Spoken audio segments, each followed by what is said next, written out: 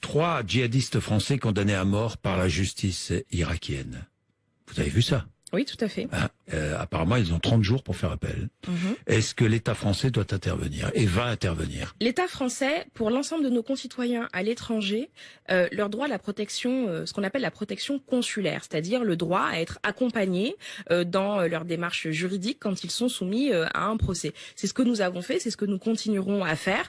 La position française est très claire sur les questions liées à la peine de mort et nous ne souhaitons pas que nos concitoyens soient soumis à cette peine de mort. Alors, est-ce que le gouvernement français va intervenir auprès de l'Irak? Mais ce que je vous dis, c'est que la protection consulaire, c'est-à-dire la capacité à ce que notre ambassade, qui représente la France, compris, la protection, d'accord, puisse accompagner. Mais moi, je vous parle au niveau de l'État. Est-ce qu'il y aura intervention des Français condamnés à mort? Est-ce qu'on peut accepter que des Français soient exécutés en Irak? Mais nous n'intervenons jamais en tant qu'État dans les décisions juridiques d'un autre État. Donc l'Irak condamne à mort, les Français seront exécutés si l'appel est rejeté. Mais ça, je ne peux pas en présager, car nous avons justement cette protection consulaire qui doit permettre de faire en sorte qu'il y ait des discussions en Irak pour voir si cette peine doit être exécutée. Le consulat ou l'ambassade de France, nous allons demander au gouvernement irakien de surseoir à cette condamnation à mort. Nous n'allons pas demander au gouvernement irakien de surseoir à cette condamnation à mort. En revanche,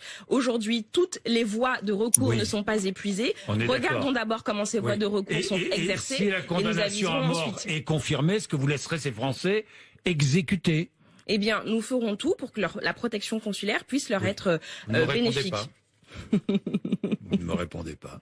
Sylvette Ndiaye. Je vous réponds ce que je peux vous répondre aujourd'hui. Ce que vous pouvez me répondre. Oui, d'accord. J'ai compris. Merci d'être venu nous voir. Merci à vous. Il est 8h53.